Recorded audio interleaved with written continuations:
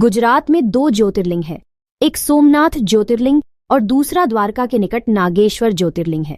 नागेश्वर ज्योतिर्लिंग गुजरात राज्य के जामनगर जिले के द्वारका धाम से लगभग 18 किमी दूर स्थापित है। भगवान महादेव के 12 ज्योतिर्लिंग में नागेश्वर ज्योतिर्लिंग 10वें स्थान पर आता है। इस ज्योतिर्लिंग की महिमा अभूतपूर्व है। यहाँ श्री द्वारकाधीश भगवान शिव का रुद्राभिषेक करते थे। पुराणों के अनुसार भगवान महादेव को नागों का देवता भी कहा जाता है। भगवान शिव के सहस्र नामों में एक नाम नागेश्वर भी है। नागों के ईश्वर अर्थात नागेश्वर।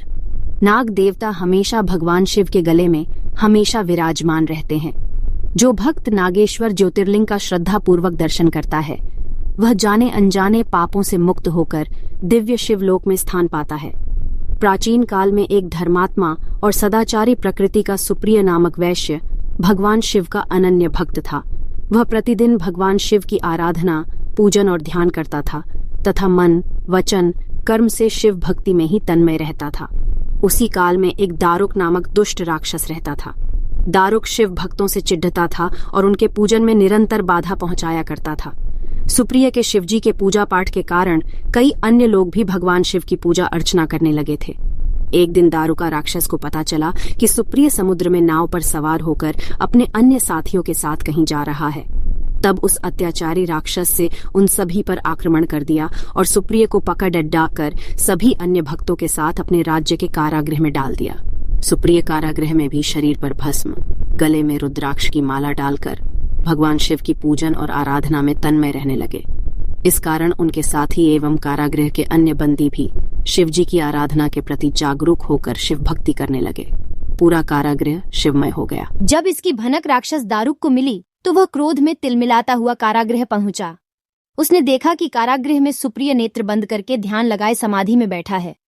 उसने कठोर स्वर में कहा, अरे दुष्ट वैश्य, तू आंखें बंद कर इस समय यहाँ कौन से उपद्रव और षड्यंत्र करने की बातें सोच रहा है। इससे सुप्रिय जरा भी विचलित नहीं हुआ। तब दारुक ने क्रोध के वशीभूत होकर सुप्रिय तथा अन्य सभी बंदियों को मार डालने का आदेश दे दिया। सुप्रिय अपने मन को एकाग्र करके अपनी और अन्य बंदियों की मुक्ति के लिए भगवान शिव से प्रार्थना करने लगा। अपने सच्चे भक्त की पूर्ण विश्वास से भरी प्रार्थना सुनकर भगवान शंकर जी तत्क्षण उस कारागृह में एक ऊंचे स्थान में एक चमकते हुए सिंहासन पर स्थित होकर ज्योतिर्लिंग के रूप में प्रकट हो गए। भगवान शिव ने पाशुपतास्त्र से दारुका और उसके सैनिकों के अस्त्र शस्त्र को नष्ट कर उन सभी का वध कर दिया। वैश्य सुप्रिय ने उस ज्योतिर्लिंग का विधिवत पूजन किया और शिवजी से इसी स्थान पर स्थित होने का आग्रह किया। भगवान शिव अपने भक्त का आग्रह मानकर वहीं स्थित हो गए। इस प्रकार ज्योतिर्लिंग स्वरूप भगवान शिव नागेश्वर कहलाए और माता पार्वती भी नागेश्वरी के नाम से विख्यात हुईं। आपको 2 किलोमीटर दूर से ही भगवान शिव की ध्यान मुद्रा में एक बड़ी ही मनमोहक अति विशाल प्रतिमा दिखाई देने लगती है।